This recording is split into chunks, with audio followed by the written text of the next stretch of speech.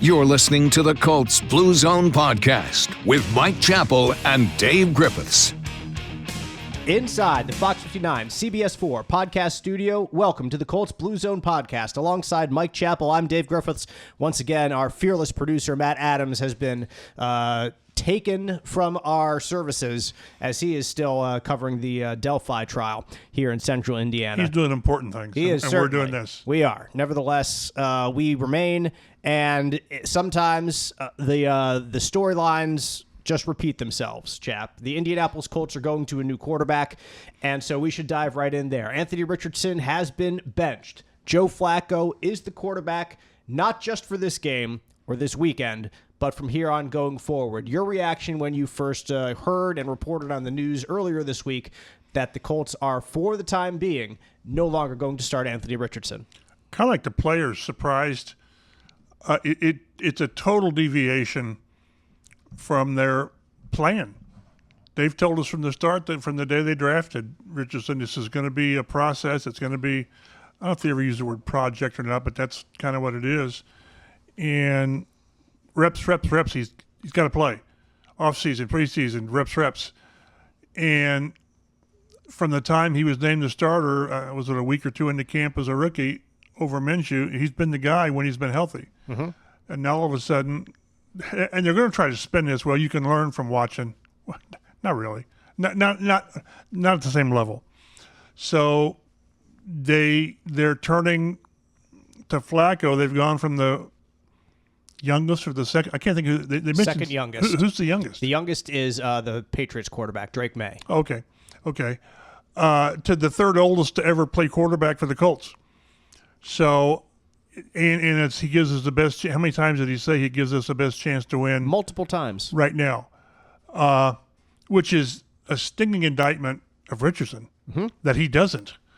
Part of it is I really believe at some level that Richardson gave them no choice with how he was playing. You know, it's the tap out had to factor in somehow. Even though Shane Steichen has said, like here, the quote he said, did the tap out. Obviously, everyone who's listening to this podcast knows by now, Anthony Richardson tapped his helmet for one play in Houston, and the Colts lost to the Texans because he was tired. As he told us directly after the game, he's like, I was tired, not going to lie. So he needed to come out and take a rest in one play, which was a third and forever. They were going to hand off. And handed the ball off anyway. So anyway, Shane Steichen was asked directly, did the tap out play a role in this benching? And he says, quote, it didn't. I mean, he knows he can't do that in that situation. That's part of the growth and the development process that we go through. But then at many other times, he says the reason that he's out is because he needs to develop and go through that process. So he's kind of using the same language in answering the question about the tap out as he used in other instances where he explained what Richardson has to do to earn the job back. So he really contradicted himself, in my opinion, when he was giving that answer. He says, no, it didn't have a role, but this is kind of what played the role. And then at other times, like, yeah, that's it. That's what he has to improve on. So that was my kind of takeaway of the tap out scenario. I thought one of the most telling answers was to a very good question by Kevin Bowen at the end of Richardson yesterday. And Kevin asked, like, when did you realize that was the wrong thing to do? And Richardson really never gave an answer. He paused for like a long pause, right, and said, I don't know. Or wasn't that what he said? I don't know. Which leads me to believe that deep down he doesn't believe he did anything wrong. I would not disagree with you. Yes. Which is not a good thing. It's just not. I've talked to some veterans who used to be here. And Peyton Manning would never do that anyway. I mean, he missed one play with a broken jaw and went back in. But I can't imagine how Peyton and Reggie and Marvin and Freeney and Tariq Glenn and all those guys would have reacted if somebody who wasn't Edgerrin James and carrying the ball 30 times and getting pounded on tapped out for a play. It just wouldn't be accepted. But on top of that, I think Richardson, really to me more so, he's not been playing well. He's completed, 44.4%, which is so far below whoever's next The next guy's probably 56%. And his 57 rating, which is last, and the completion percentage, the next time he plays, if he goes 15 for 15, now he's completing 50% of his passes. So that's how far down he is. Decisions, the decision at the end of the second half or the first half was egregious. Abysmal. I think Steichen deserves some criticism for putting him in that position. Yes. But the ball's in your hands. Right. Throw it to Reggie Wayne on the sideline. So it's just a lot of things, and it just caused them to deviate big time from. They told us, Chris Ballard told us in training camp, he's going to play. There's going to be a roller coaster, going to be up and downs, but this is what we have to go through. And here they are. So being a deviation from what they have told us in the past, we can read into anything that Shane Steichen has told us, for which he's obviously not going to just open up the entire book and tell us what's going on to say this points is 1 why through Richardson, 5. This is why we did it. This is, but we can surmise based on what they have said in the past that he needs reps, he needs to play. That if they are not playing him and he is still doing things that are roller coaster like, which is what they expected. They expected roller coaster, but something has caused them to bench him. That there is, I don't know if egregious is the right term, but there is a dramatic problem with what he is doing on the field. In their estimation, in some sense, what he is doing on the field or off the field is completely not acceptable because we expected roller coasters. They said they were going to play him through roller coasters, yet here we are and he's no longer playing. I don't have the quote in front of me, but Shane Steichen mentioned, he needs to be, this gives him a chance to be more professional, which can mean so many things. One thing that Ryan Kelly, here we are again, we're parceling quotes and trying to read things in, where Ryan Kelly mentioned, how sometimes it takes a player a while to learn what it takes to play that position, and you've got to be in here on your off day on Tuesdays. What does that mean, that he's not been in there on the off day on Tuesdays? For 53 players, Tuesday is a day off.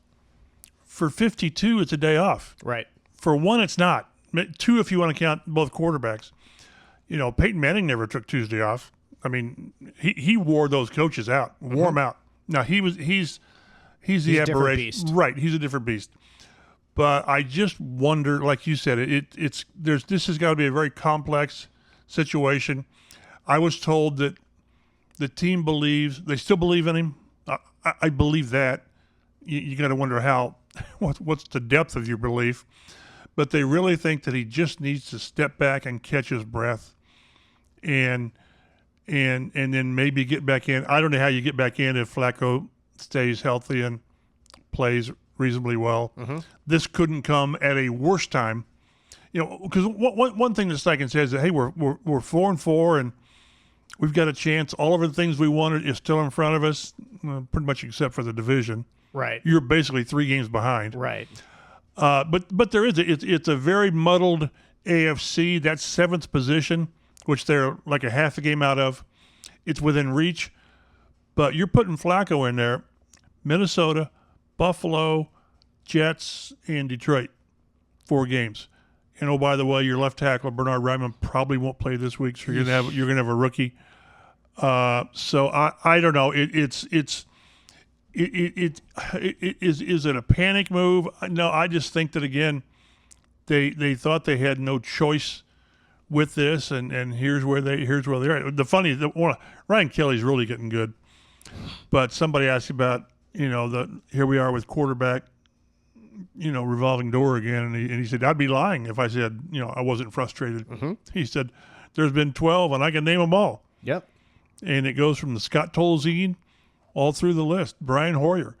So it's never a good thing when you change quarterbacks, like for injury. It's certainly not a good thing when you change it for performance or whatever. Yeah.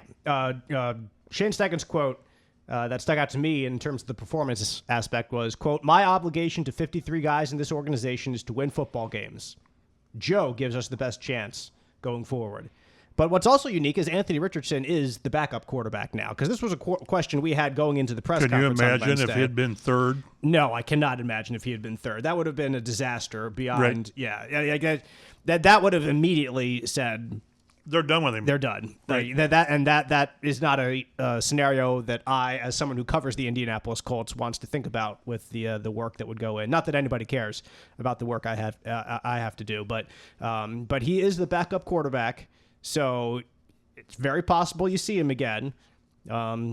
Heck, Minnesota has one of the best pass rushes in the league right now. And Joe's not exactly mobile Joe. He is not. He never has been. No. And now he's 39 years old. So have we seen the last of Anthony Richardson this season? No. I do not know. No. It is certainly not a foregone conclusion that would be the case.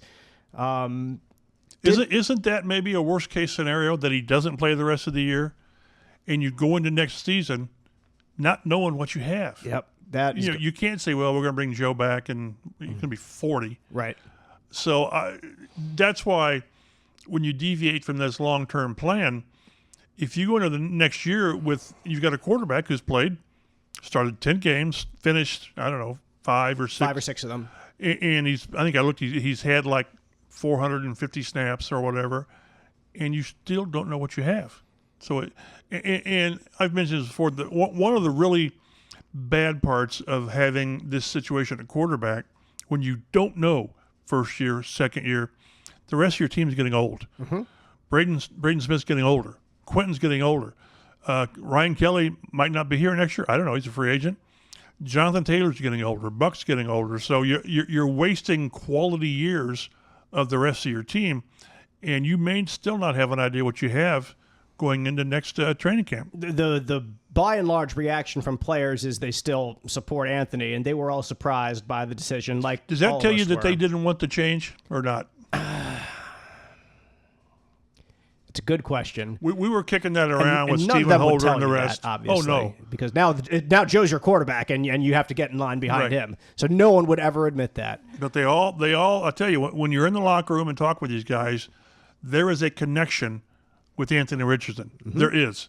Talk to Quentin Nelson, Zaire. Hey, we still have his back, and some of these guys have talked with him. I just wonder if you had a secret poll of 50, let's say 51 players. So let's see 50. Let's don't put Sam Ellinger in a bad way. What would they have wanted? What would they have preferred? Because I think the players understood that this was going to be a rough journey. Mm-hmm.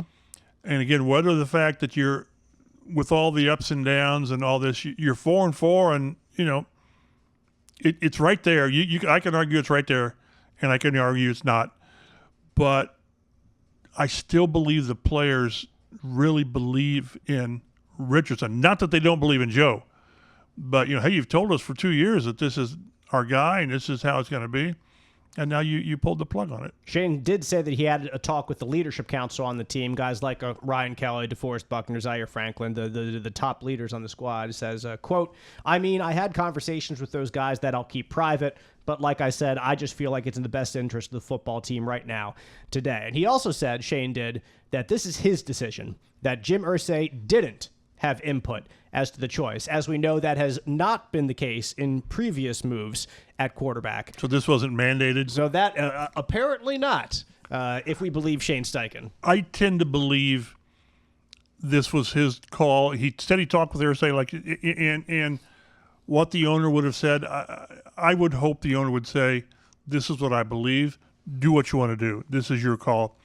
I would think that Chris Ballard would have more sway with the head coach on this move than the owner, if the owner's letting things go the right way. We've seen what happens when the owner butts in and goes off the guardrails. Right. One of the great quotes, and we can get into it, was, somebody ask about going to Minnesota? That was me. Yes. What was the question again? So Ryan Kelly is up on stage, and he's talking, and he says something about going to Minnesota as a rookie and winning there as a rookie. Right. And I was like, Ryan, you've been to Minnesota more recently than that. Do you try to put that out of your mind since you didn't mention that? And Ryan said immediately, I tried to put the entire 22 season out of my mind. Like I tried to forget the entire 2022 season. 33-0. 33-0. So, and that will come up. We'll discuss that I was later. joking before the quarterback change that if you had a drinking contest and you took a shot every time they said 33-0, you'd get drunk. Yep. First quarter. Mm-hmm. Maybe the quarterback thing will lessen that. But I can't remember whether that was the biggest comeback / collapse in regular season history. 33-0 at the half, it might have been. I still think the all-time still is Buffalo and Houston. Was it 30? I think it was 38-3 in the second half, so it was 35 points. So it is impossible to lose that game, and they did. And as we were talking on the drive over here, in my mind, that is the second most ridiculous thing that happened that year. Number two, behind that press conference with Jeff Saturday. I mean, that's what happens when the owner steps in. Right. And When he says, "Hey, this is my team, and I'll do what I darn well please." Right. So there's so much going on here, and then to have it come up on Sunday Night Football stage, holy smokes! I hope that this hasn't been too much of a distraction for the players, because there's so much going against them with the change at quarterback, with the likely change at left tackle. So we'll get to our predictions later. It won't be, I don't know. But it's a lot of moving parts right now that have happened from the start of the week, and curious how this team comes out of it. Will Anthony Richardson start for the Indianapolis Colts again? Shane Steichen, quote, "I can't predict that, but I'm not losing faith in that. I promise you that," end quote. Follow-up question, is that the plan, that Anthony Richardson starts for the Colts again? Quote, "I can't predict the future, but I mean, that would be great. We'll see." I think if he had a speechwriter, they could have formed that better. I certainly hope he's going to be our starter at some point. Right. And then, it gives more boost to it. And here we are again. And people have to understand, with Shane Steichen, he's not uncomfortable with the media. No. He just doesn't give you a lot. No. And a lot of us were looking, well, what about next year? What about the long term and all this? And he's focused right now on getting to 5-4 and going to Minnesota. So I understand that, but I just think that there could have been a better answer to where, we're just setting him down, and all the stuff they said, he needs to take a breath and all this. It is quite ironic that he's sitting down because he needs to take a breath. When this past week he needed to take a breath. And we're bouncing all over, but one of the telling quotes I thought is when we talked to Ryan Kelly on Monday, and that came up maybe in the first question to him, and he said, "I've had a conversation with him about that. I'll keep that private." But then he didn't keep it private. He I think maybe it would have served everyone better internally if that's what had been his comment. But then he said he knows that's not the standard we hold him to and we hold the players to. So, and Ryan Kelly was not speaking for Ryan Kelly. Right. He was speaking for a segment of the locker room. So, again, I wish I felt that Richardson realizes to this day that what he did wasn't appropriate. I don't think he does, because he's 22. Again, to go back to what we said, I think this played. Maybe I'm talking myself into it. Played a bigger role than what everyone's letting on. I don't know. Well, with Anthony Richardson benched, Joe Flacco is now the starting quarterback for the Indianapolis Colts. He has made 2 starts this year, a loss at Jacksonville, which I don't care if it was Peyton Manning in his prime. It's going to happen right now. Maybe only Peyton Manning in his prime could keep that from happening. And a win at Tennessee. And plus a relief victory, coming in as the relief pitcher in the third inning after the starter goes down. Played pretty well. Played pretty darn well. Played okay against Pittsburgh. We'll put it that way. At least I'll agree with that. In the win over Pittsburgh, he is completing 65.7% of his passes, which is basically 150% of Anthony Richardson's completion percentage. Throwing for 716 yards, 7 touchdowns to just 1 interception. his 73.7 QBR would be the 4th best in the NFL if he qualified, if he had enough pass attempts to qualify. It would be only behind Joe Burrow, Lamar Jackson, and Kyler Murray. And in fact, Flacco would be tied with Josh Allen. So, I mean, I've stood here or sat here on this podcast, and I've said that, like, Joe Flacco has been sufficient, but to me, he hasn't been electric by any stretch, right, or tremendous. He's led some scoring drives, but there's been a lot of lulls in between there. There's been a lot of 3-and-outs when he's in there as well. But you look at what's going on across the NFL right now, and with passing numbers down across the league, his numbers, like I just said, Chap, are kind of up there with some of the best players in the NFL right now. So the decision to you could turn to many worse quarterbacks is what I'm trying to say than Joe Flacco in this scenario. I was wondering, would you prefer to have Joe Flacco or Gardner Minshew? I would prefer to have Joe Flacco. And I would say that immediately, right, not even a doubt. And you can look and see what's going on in Vegas right. for that. My concern is, like with almost every backup, is the longer they play, you see why they were backups. And this is a 39-year-old guy. I wonder if the Colts have seen the best of Joe Flacco. You know, if you go back and look at the closing part in Cleveland last year, I think he ended up with like 8 interceptions. Right. That's a lot of interceptions in that, and they got obliterated in the playoffs. That's certainly not all on him, but normally the more a backup plays, then the inherent flaws you have are exposed. I think Flacco's floor is higher, if I'm putting it right, than Richardson, because I don't think there's going to be the major swings.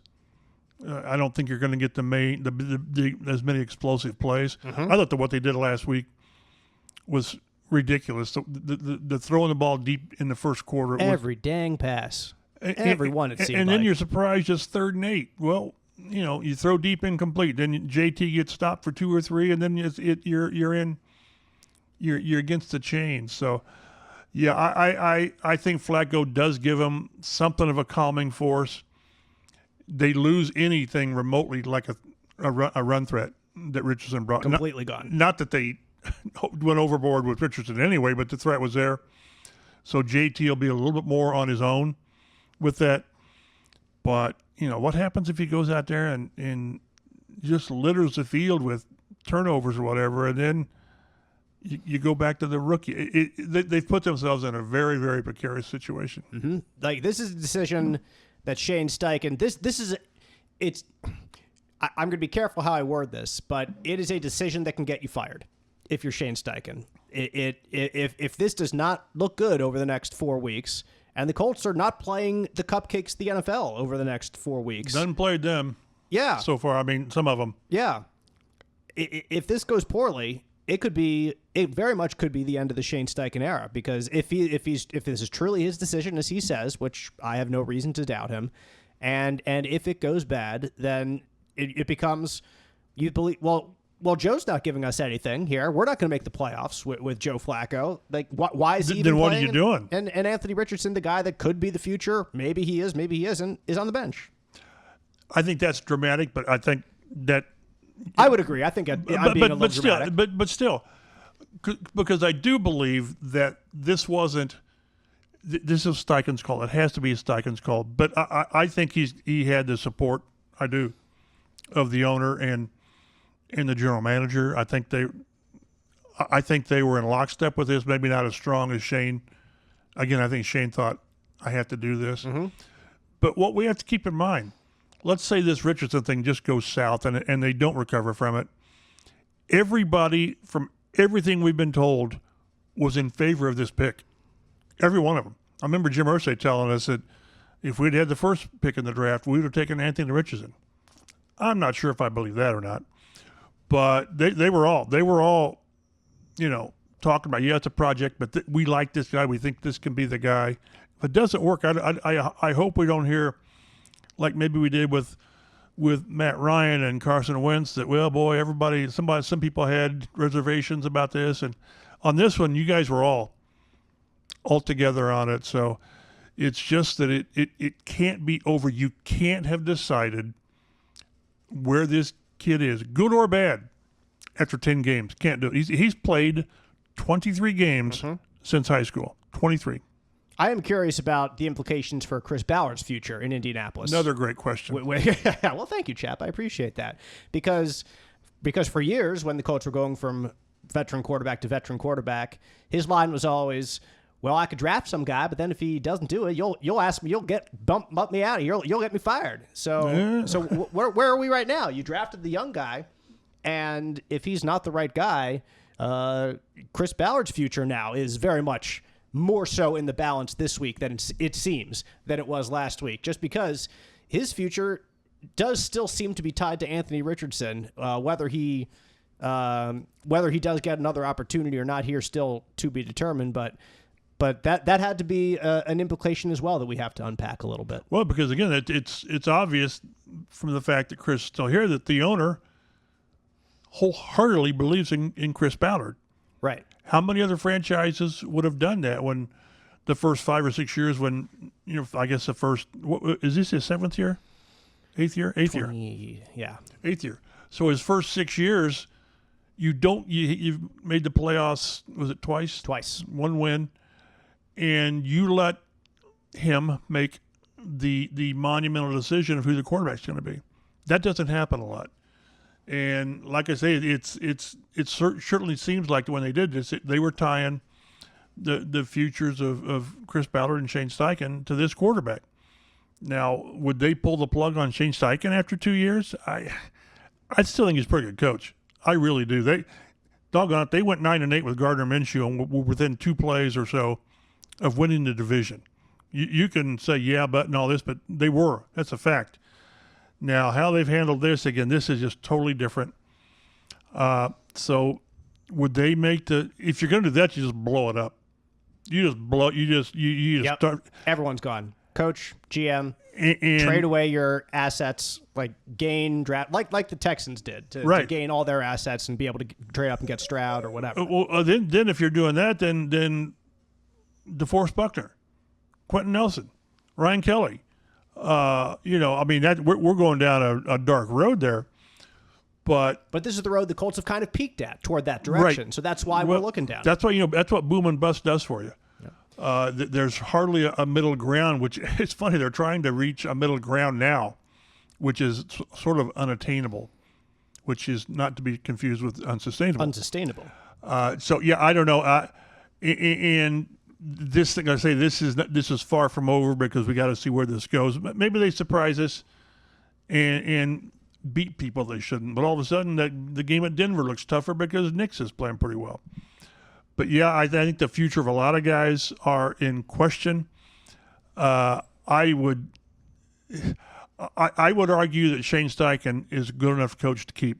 I would, but if you take the dramatic move of replacing the GM, would that GM want to have his head coach already in place? I don't know that works. So, again, we're going into the future, which we do. The team doesn't. The team wouldn't. But to make a move that they made, there's so many things, moving pieces going now, and it's either going to work or it's not. And I have less reason to believe it's going to work just because I don't know what they're doing. Name one rookie or franchise young quarterback on his first contract with the team that was benched by that team and came back afterward to start and succeed with that same team. It's not a path to success in the NFL because you can't really think of one. Trey Lawrence, but he was benched and he's gone. Of course, Bryce Young. He's benched and now he's back. But he's hardly exactly. You wouldn't say he's succeeding. It's a good point. Like you think of other things. You think of guys who were benched and then found success elsewhere, which does happen. Baker Mayfield. Sam Darnold. Sam Darnold's another perfect example. Guys like that. Like Justin Fields. Well, he certainly found some success, but like Ryan Tannehill is another that was benched in Miami. He's out there. Yeah, he's available right now. You want to bring him in next year? I'm hesitant to do that right now. But there are players who have done that, who have found a second career. But it's always been elsewhere. It has never been at the same place. So that's why this decision, again, is to me, just a stunning call because you are now following a path that no other NFL team has seen success with. None. And if I'm wrong about that, if you guys can think of someone, by all means, tweet me at DaveG_sports. Like I just can't think of one. The Star did. Nat Newell's really good at this kind of stuff. It was over the past X number of years. There have been 27 instances when a first-round pick has been benched, and only like twice has it come back and worked. And I should have checked on it, but I didn't. So if that's the right number, and I'm don't hold me to it, 2 out of 27. I mean, you know, that's not good enough. And because at least for now, you know, yes, you're saying Joe Flacco gives us the best chance to win. Well, the flip side is that AR doesn't. So, and how this has to, I mean, Richardson told us it hurt him. He said it definitely hurts. Who doesn't want to be told, who wants to be told that you're no longer the starter? So at some level, they have, his confidence has taken a hit, although he said no. But you've told this guy that right now he's not good enough. I just think, again, that there is a maturity level or an awareness level that he has yet to obtain, not knowing that it still was something wrong to do. He was asked after the game the other day about his performance, and he said, I'm a great passer. No, you're 44%. That's not any good at any level. Mm-hmm. So, I don't know, but when he will start again this year. I believe that, because I don't believe that Flacco will be able to finish 9 games. 9 games left. I just think that's asking a lot because, again, the offensive line had troubles last week. Braden Smith is not 100%. He is not. Not even close. He's practicing once a week with that knee. Bernard Ryman, I think he missed 2 games last year with a concussion. So our intrepid reporter, Brett Bensley, out at the Colts practice facility today, Thursday, says Bernie is not out there on Thursday. So that means he's not playing on Sunday. Virtually means he's not playing. Right. And again, he missed 2 games last year with a concussion. And that's not, I am not questioning anything. Right. Concussions are things you don't mess with. So it's just things are in place that won't accentuate winning in a lot of areas. And to me, Flacco is one is down the list because the offensive line now is not at even remotely full strength. You're going to have a rookie, which was funny. We had 2 players told us who the left tackle was. Yeah. You can say his name because I'll butcher it. Matt Gonzalez. There you go. The rookie out of Pitt. Quentin told us that, and Ryan Kelly's told us that. Matt didn't tell us that. Nope. Because he knows better. And you're going to have an undrafted rookie at right guard with Dalton Tucker. Yep. And you've got a hobbled right tackle against a team that's going to show you every possible blitz you can imagine. So we'll see. This is a team, a defense that is very akin to me to the Patriots defense that the Colts went up against in 22. Like a creative, clever front that just causes havoc. And it was Matt Judon then that was just a disaster for Sam Ellinger's day. But yeah, 9 sacks was it? It was a lot. I saw all of them, and it was brutal. And this one, the Vikings get after the quarterback as well as any other team in the NFL. And their 12 interceptions, probably because of that pressure, are the most in the NFL right now. We'll discuss the Vikings a little bit more, but I liked what you said a little bit ago, saying that the circumstances around the quarterback were not conducive to winning. It was something like that that you just said, and that's what led to a 23-20 loss by the Colts to the Texans, and it led to the decisions that are happening this week. In my estimation, last week was not Anthony Richardson's worst game as a pro. Like for him personally, he started off 2 for 7, but very much could have been 6 of 7 at that point because there were some deflected passes. I think he threw those late, so you could probably put it on him, but there were some drops too. Like A.D. Mitchell in the end zone didn't even try to get his second foot down. Initially, I thought that was an out-of-bounds throw, and it wasn't. Nope. You go back and see the replay, and like I said, he did not even try to get his second foot down. Tyler Goodson dropped a touchdown, and Alec Pierce caught a touchdown that was called back because Michael Pittman just ran through a defender and didn't play with the right strategy at all, the right technique. That's a pick play. That happens. That's how Josh Downs got open for his 69-yard touchdown in the first half.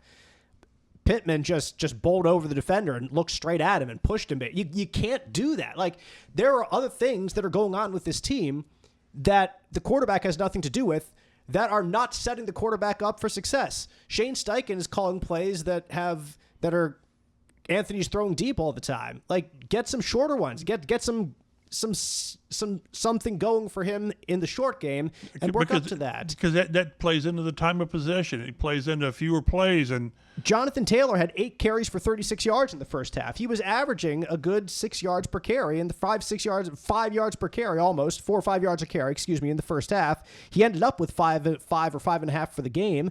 Like, why did he not get more opportunities? You're throwing balls to Mo Alley Cox and to A.D. Mitchell when you have Josh Downs and Michael Pittman. Like, why are you focusing on all those? It seems, again, it's like Shane Steichen is trying to be the smartest guy in the room, which I've told you, I've used this example on this podcast before, that sometimes it seems like Shane's trying to be the smartest guy in the room, that he goes to like unique schemes and tries to get these other not primary guys involved. Like, when your back's against the wall and you're trying to get a young rookie quarterback going, like, don't you go to your best players around him? You give him the best support you can. And it seems like the Colts didn't do that in this game. And you know what it reminds me of, Chap? Daggone it, I'm going to say it once, and we can completely ignore it for the rest of this podcast. But you already know what I'm going to say because you're chuckling. It reminds me of 2021 when all the blame was placed on the quarterback and all the other problems were just completely ignored. And there are other problems with this Colts team. Anthony Richardson was sacked 5 times in this game. We talk all the time about if Anthony is really, really good at one thing, it's evading pressure and getting away from pressure. Yes, he was hit 8 more times. So 5 sacks, 8 other quarterback hits. The offensive line was an absolute sieve against the Texans. And the Colts defense got after C.J. Stroud a lot too, but he still threw for 270 yards. So you can see that he had some more... Well, I'll ignore C.J. Stroud for now because I'm talking about Anthony Richardson. Well, that is 2 best receivers. Exactly, and I'm just getting on a roll here. But there are other problems around Anthony Richardson, and I think I'm not trying to question the Colts' decision to move on because they know things that I don't about him and talking about him needing to grow professionally in this time. But you cannot put this loss in Houston squarely on the shoulders of Anthony Richardson because it was a complete team failure. Maybe not complete. There's still some guys that played well, like Jonathan Taylor. DeForest Buckner had a heck of a game wrecking the middle of the defense. After missing 5 games? And I'm not absolving Anthony Richardson of any blame either, just like I don't absolve the 2021 quarterback of all the blame. Richardson's interception in the red zone at the end of the first half is absolutely inexcusable. I don't care what the play call is. You cannot throw that ball. But there are other problems with this Colts team that have not been conducive to Richardson's growth and success. And now the Colts are pulling Richardson because he has not lived up to the expectations they have, and maybe they haven't supported him in the way that I believe they should have. Yeah, again, we've talked about play calling, and why haven't there been more of designed runs from, I think there were 2. 0 in the first half. Right. 2 in the second half. Right. 0 designed quarterback runs. He's such a threat. Too often his rushes are scrambles. It's like they still don't know how to handle him. Are they trying to protect him? Because you can't. That can't. I mean, this is who you drafted. You can't turn him into a pocket passer. It's not who he is.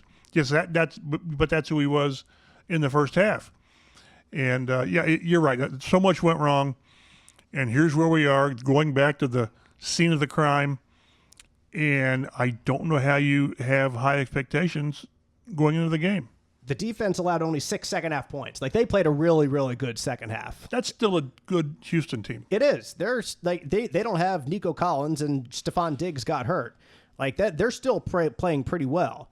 They're still dangerous. They're still certainly a playoff team. It looks right now that they certainly have a leg up on the division. You said they're essentially 3 games up. They're 6-2. The Colts are 4-4. Right. So in essence, the Colts have to be 3 games better from them down the stretch. If the Texans go 4-5, let's just say, they kind of struggle through the rest of the season. The Colts have to go 7-2. 7-2. I don't see 7-2 in that, and I don't see 4-5 either for the Texans. That's the problem. So if the Texans are going to be 5-4, then the Colts have to be 8-1 in order to win the division. Like, how likely is this? Like, C.J. Stroud could get hurt tonight on Thursday Night Football, to be fair, and then it's a completely different season, and then you have an opportunity. I'm not saying it's not going to happen, but assuming that both teams go along in the same form or fashion, or if the Texans go along in the same form or fashion as they had, and even if the Colts get a little bit better under Joe Flacco, that's still a pipe dream right now. So that's where they are in terms of trying to win the division for the first time in 10 years. And you look up in the Houston Texans Stadium, and they have 5 banners up there for AFC South champions since the Colts last won. I think it's been 10 years, and they've won 5 of them. And the Titans have won 3, the Jaguars have won 2. So everyone's won more than once since the Colts have last won the division, as Mike Chappell shakes his head because he remembers the time when you might as well have just put up the other banner. They won like 7 and 9 years at one stretch. Before the season even began. The Titans, they're only challengers with Steve McNair in some of his best years there, of course. But that like you said, that's where the Colts are right now. And the offense had 2 chances late to go out and win this game, trailing 23-20. They got the takeaway from Dayo Odangbo on the fumble, and they got a 3-and-out. So they had 2 opportunities to go drive down, win the game. On the last drive, another thing that Richardson did he can't do, he's got to get out of bounds when he's trying to scramble there and save a timeout or save the clock. And then you have got to get a throw off for a Hail Mary. Like, there's no excuse. Again, it's not as egregious as the end of the first half where you throw the interception. But if you look around the league, you saw Lamar Jackson and Jaden Daniels both in the exact same scenario with just a rush of 3 or 4 guys. All you have to do as a quarterback is run around like a madman. You are more athletic than those defensive ends. I know that they're tough. I know that Danielle Hunter is a tough guy to run away from. But you're Anthony Richardson. You should be able to do that in that scenario. You got to spend 10 seconds if you need to, 15 seconds if you need to, running away and getting a free lane to throw the ball. Lamar was beautiful at it, and Jaden Daniels was just fine too. But you've got to get free to give your team an opportunity to win the game, and he didn't give them that opportunity either. So 2 opportunities again. The defense gave the offense, and it was not able to come away with anything in that scenario. So the Colts right now are 8th in the AFC wildcard standings. Behind right now, Denver, Baltimore, and the Chargers would be the 3 wildcard teams. Chargers are 4-3, I believe. Right. Yes, exactly. So they have played 1 fewer game. And I think the Broncos are also like 5-2 or something. I think they've played 1 fewer. They could be 5-3, but I can't remember for sure. But anyway, after the Colts, again, Cincinnati is number 9. They're 3-5, so they're 1 game back of the Colts. And then Miami is number 10. That's why I say the wild card. It's certainly possible because those teams that you mentioned are not having the kind of years you expected. No, they're not. Like right now, they're not. But at the same time, Cincinnati at 9, they have Joe Burrow.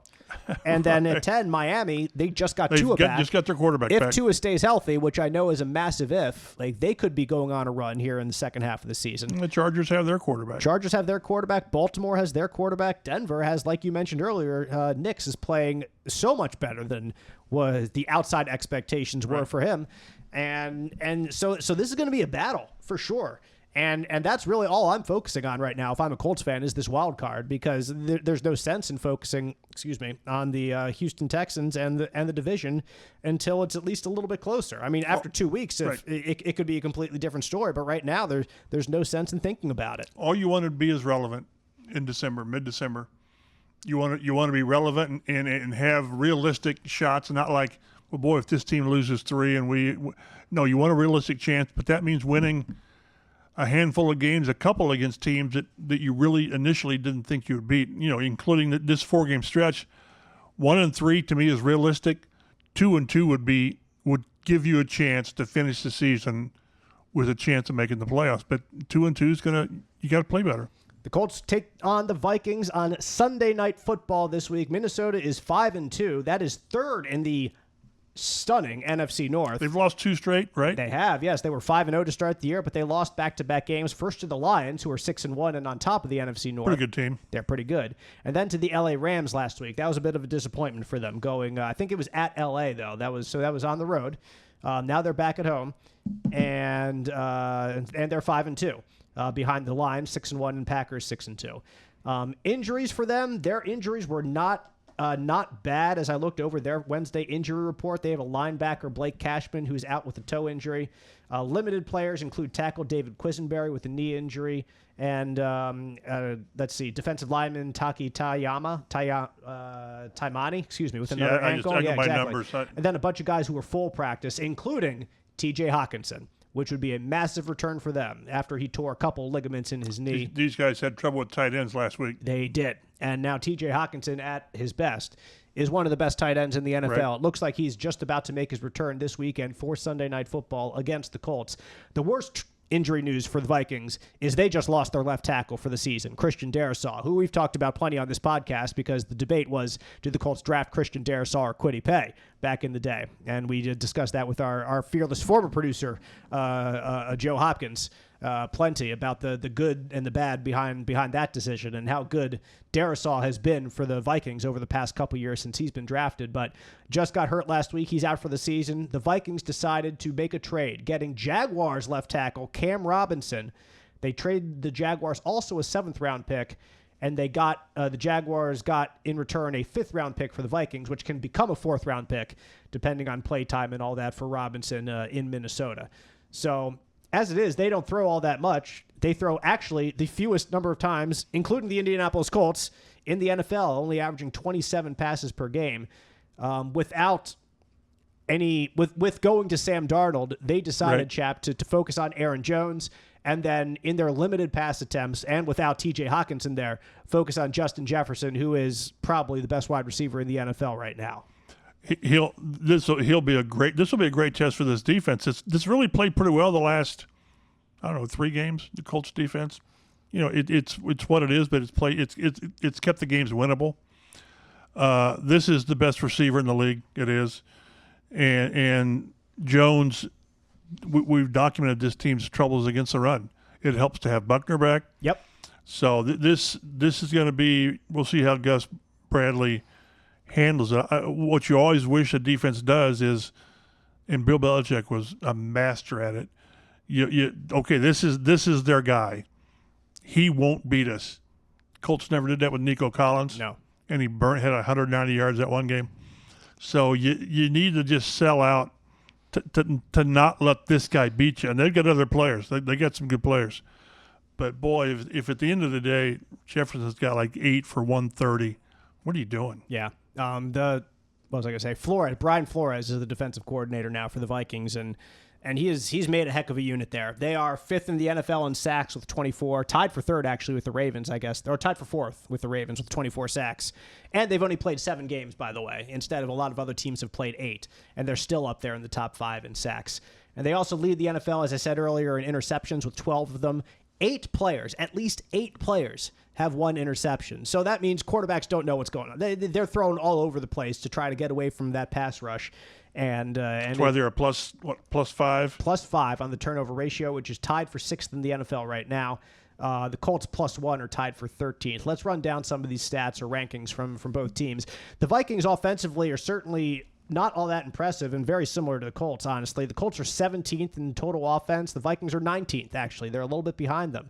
Rush offense is the Colts' strength. They're averaging 128 yards per game. That's 11th in the NFL. Vikings only 22nd in the league, averaging 111 rushing yards per game. Pass offense, Colts are 21st in the NFL. Vikings 17th.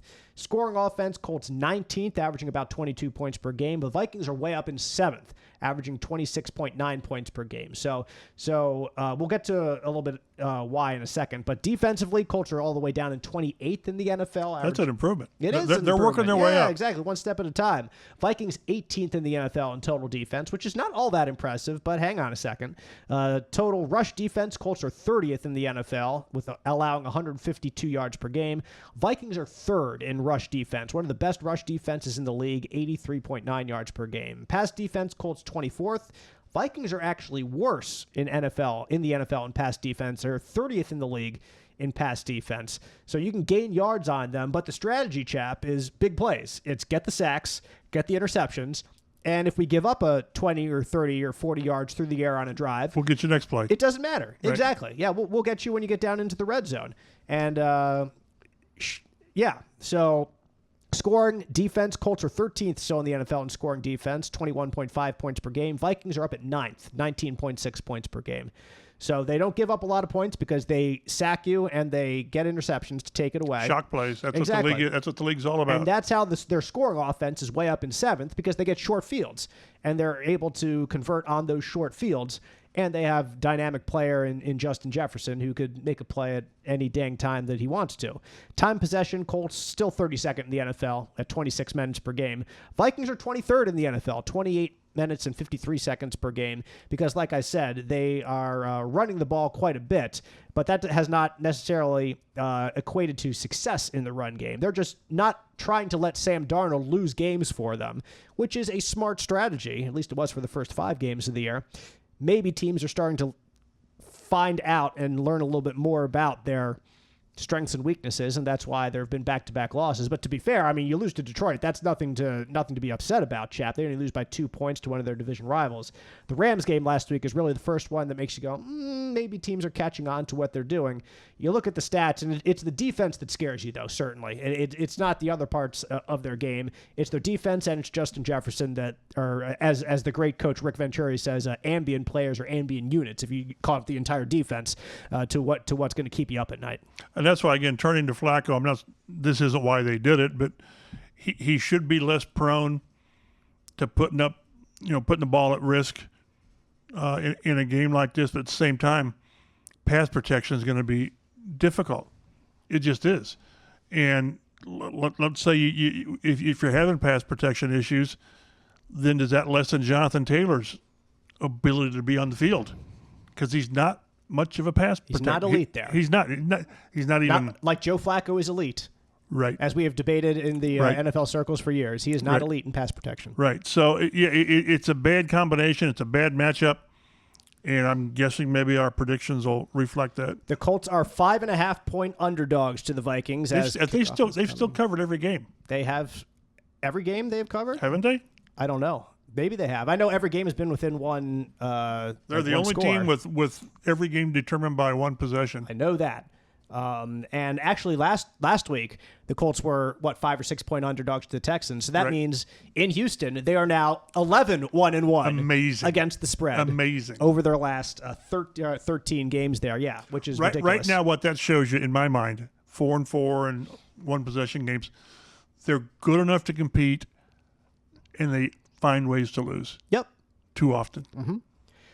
46.5 is the over-under in terms of the point total. So they're predicting Vegas, like a 25-20 ball game, 26-21 ball game on Sunday Night Football in Minneapolis, in the building that we will not talk about the past. And Ryan Kelly doesn't remember what I'm talking about. He'll say, what are you talking about? Exactly. So back to 2016 must have been the last time the Colts played there in Minneapolis. And that wasn't even this building. That was a different building back then. That had to be the old the Metrodome. But yeah. Was it? Yeah. In Minneapolis before I don't even know what the new building. It was Target Field is the baseball stadium, and I can't remember what the dang, like US Bank Stadium or something like that. I think is what it is up there. So it came to me anyway.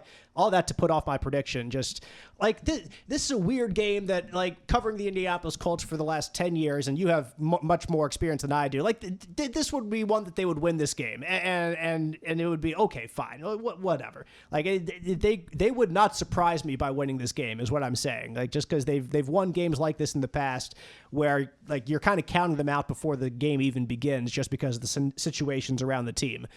But that doesn't mean I'm going to pick them. Nevertheless, facing a pass rush like this with a rookie left tackle, which is what it appears it's going to be, I don't care if it's Orlando Pace going out there as a rookie, man. That's going to be freaking tough. And so I can't. If your weaknesses match in a bad way the opposing team's strengths, there's no way that I can pick you. And your strength now is your run game with Jonathan Taylor, and Minnesota has the third best rushing defense in the league. Your quarterback is coming in is a non-mobile quarterback, and you have 2 rookies starting on your offensive line and a right tackle who we know is just not himself right now, dealing with his injury. They have an otherworldly wide receiver, and as good as Jalen Jones has played this year, he's still not He's not Patrick Surtain II. He's still not J.C. Horn. He's not one of the elite cornerbacks in the NFL right now, and so I can't pick the Colts just because of how they match up on paper to the Vikings. So I'm gonna go with the Vikings. I'm gonna go with the score of 27-21, and that'll be your ball game as the Colts come back to Indianapolis the following week. Chap, what do you think? I don't think it'll be that close. I was thinking like 31-17. I just, again, matchups makes fights, and it just doesn't compute. Again, maybe they go up there and the defense plays its rear end off. Jefferson is such a game changer. You play him man-to-man, and he beats you. And you play zone, he finds seams, and then he runs away from you. You play perfect coverage, and he catches it anyway. Right, and that's what the great players do. Yep. And we haven't really talked about it, but Michael Pittman, he's not playing at a high level because he's got a back injury. Him too. And it's just not ideal. I think he's earning. He had earned the C on his chest, and now he's kind of showing you how he's earned it, maybe to a fault. I'm not so sure that they shouldn't sit him down, let him get healthy. Maybe this is an injury that won't get healthy over the season. So you're saying you can't do it worse, but just go until you go. I don't like the matchup. I think the pressure is going to be there. Now, I think one thing the Colts will do that we've seen teams do against this team, you're going to see these quick drops, quick throws, timing. Josh Downs could have 10 catches for 80 yards. Yeah. He really could, unless he breaks one. I don't like the matchup. I 31-17. I hope it doesn't get worse than that, but this is one of those that, in my mind, can get away from him. I hope it doesn't. If Josh Downs has 10 catches for 80 yards, he might have 7 first downs in that. That's what you'd hope for. At least that moves a change. Yeah, exactly. And hopefully stay on the field long enough and not turn the ball over at the end of your drives as Minnesota. I went back and looked. In that game 2 years ago, the 33-0 blow lead. Yes. They lose 39-36 in overtime. Correct. They scored 36 points. They scored one offensive touchdown. The Colts did. Yep. Because there were 5 field goals by, you remember who the kicker was? Was it Chase McLaughlin? Chase McLaughlin. Yep. And they had a blocked punt, and I believe they had a pick six. Okay. Yep. And one offensive touchdown, which when you score 36 is really strange. It is. It definitely is. Ryan Kelly doesn't remember that. No, he doesn't, and neither should he. And the crazier thing, and you keep going on that game, in the fourth quarter, the Vikings, like they had an interception. Like Kirk Cousins threw a two touchdowns called back. Yeah, they had touchdowns called back, and they had like a 3rd or 4th down that they didn't convert. Right. So all you had to do was kind of drive a little bit or score once, and you would have kept that game and convert 2 third downs and the game's over because there's not enough time. Couldn't do it. Jonathan Taylor was also knocked out in the first half of that game. I believe it was the first half. It might have even been the first play, but it was early. He played in that 2 game. plays. Yeah, there we go. See, right. I knew it was not much. Like I asked him in the locker room today, and he was weird about it. No rushes, and he was targeted once. Yeah. I think that's when he got hurt over on the sideline. Yes, or whatever. he did. I could see the play in my head, him going off on the sideline and being hurt. But anyway. Hopefully this is one to remember and not one to forget for the Colts. They head up to Minneapolis to take on the Vikings. Sunday Night Football, 8:15-ish p.m. Enjoy kickoff. it because they'll probably get flexed out. Yes, exactly. If depending on what they do and what the Jets do. Unless NBC wants to insist on Aaron Rodgers for Rodgers against Flacco on Sunday Night Football. Would they really do that? Golly, I hope not. 39 versus 40. Give us a 1 p.m. kickoff again. I love those 1 p.m. kickoffs. I know y'all love being on Sunday Night Football, the fans, but I love those 1 p.m. kickoffs. Get the work done, call it a dang day, and then enjoy Sunday Night Football. And then myself. be home in your recliner watching Sunday Night Football, right? Follow Mike's work online, fox59.com, cbs4indy.com. He's on Twitter at mchappell51. I'm Dave Griffiths at DaveG_sports. We'll see you next week on the Colts Blue Zone podcast.